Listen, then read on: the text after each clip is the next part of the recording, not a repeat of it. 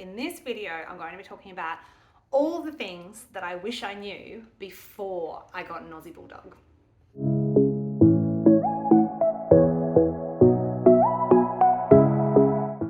I got Mason here in 2018. He was born in Brisbane and I live on the south coast of New South Wales. So when he was 8 weeks old, I flew him from Brisbane to Canberra and then picked him up in Canberra, and it was love at first sight. He is gorgeous, he is the best dog. But in today's video, I'm going to be sharing all of the things I wish I knew before I got an Aussie Bulldog. Before I got my dog, I did my research, and I just cannot emphasize enough how important it is to do your breed research before you get a dog. You want to know that whatever you choose is going to fit into your lifestyle. Every dog breed is so different, and even within a breed, every dog is so different, and you need to do your research. I did heaps of research. I specifically chose an Aussie Bulldog because I love English Bulldogs and I just think they're gorgeous and I think their personality is fabulous, and that was a really good dog for me, but I wanted improved health. So the idea with an Aussie Bulldog is that they have a longer snout and therefore they can breathe easier. They have less of those issues with their airways, and they're more designed to suit the Australian lifestyle, the Australian climate, and that's why I picked an Aussie Bulldog. If you research Aussie Bulldogs online, you will read things about how they're lazy, how they're great companions, they're loyal. It does talk about the fact that they like to have a play, but then they're really relaxed.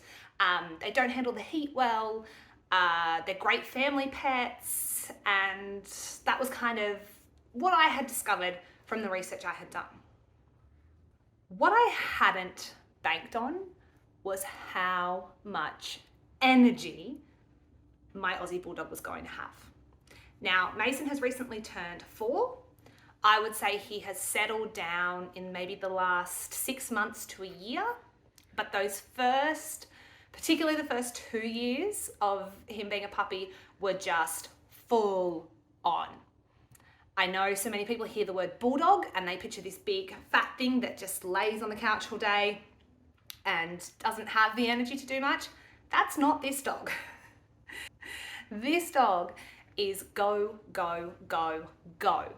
And he is an intelligent dog and he is interested in everything, and he needs to be kept entertained. He needs daily walks, he needs enrichment activities, he needs to have to think. Like, he loves nose work activities and he's got a really good, strong sense of scent, and he loves to use that. So I think one of the misconceptions with the Aussie Bulldog is that they're just lazy dogs that don't want to do anything. And while Mason is kind of growing maybe more into that personality where he's got more bursts of energy and then he does like to relax, they're not the kind of dogs that you get and then just leave them in the backyard all day, because they need to be entertained. They need to have their brain worked. The next part of that is that they are susceptible to heat. And while Mason's nose is longer than a traditional English Bulldog, he still has restricted airways. He's still not as long in there, and it's not as easy for him to breathe, and he feels the heat, and he really, really feels it. So we have to be super mindful of that. In the middle of summer that we're in right now, if it's a hot day, we cannot just go walk him out on the street. We're always thinking, do we need to go late at night? Do we need to go early in the morning? Do we need to walk him in the water or take him for a swim instead? We've got to be constantly thinking about how that heat's going to affect him.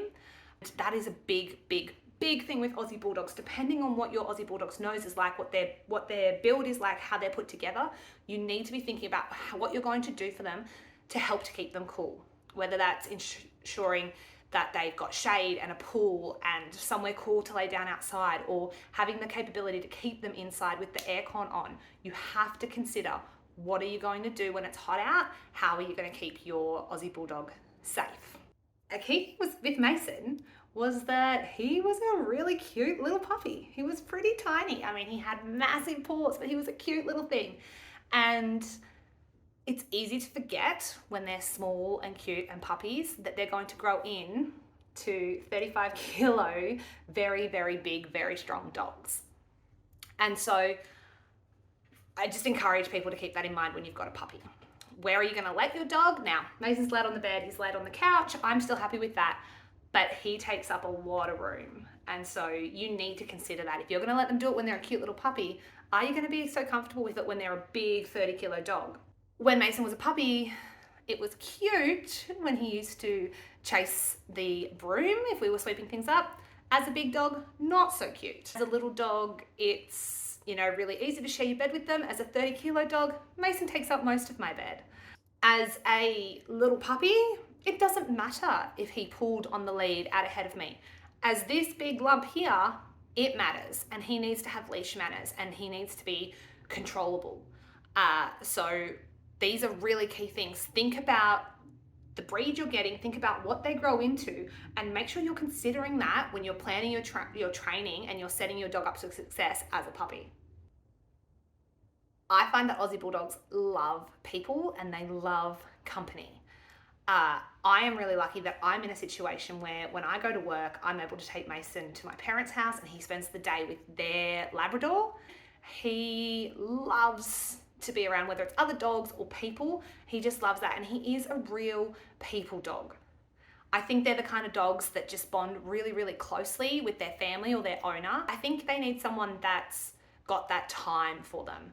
And while I knew getting a dog was a big commitment, I never could have predicted how much of my life now revolves around my Aussie Bulldog, because it's a lot and I wouldn't have it any other way. Another thing to think about before you get a dog and when you're thinking about what breed of dog would work for you is pet insurance. Lots of Bulldogs have health issues, and Aussie Bulldogs are no different than that. Your cherry eye, your airways, there are lots of common medical conditions and genetic issues that Bulldogs carry, and you've got to be looking into that with your Bulldogs.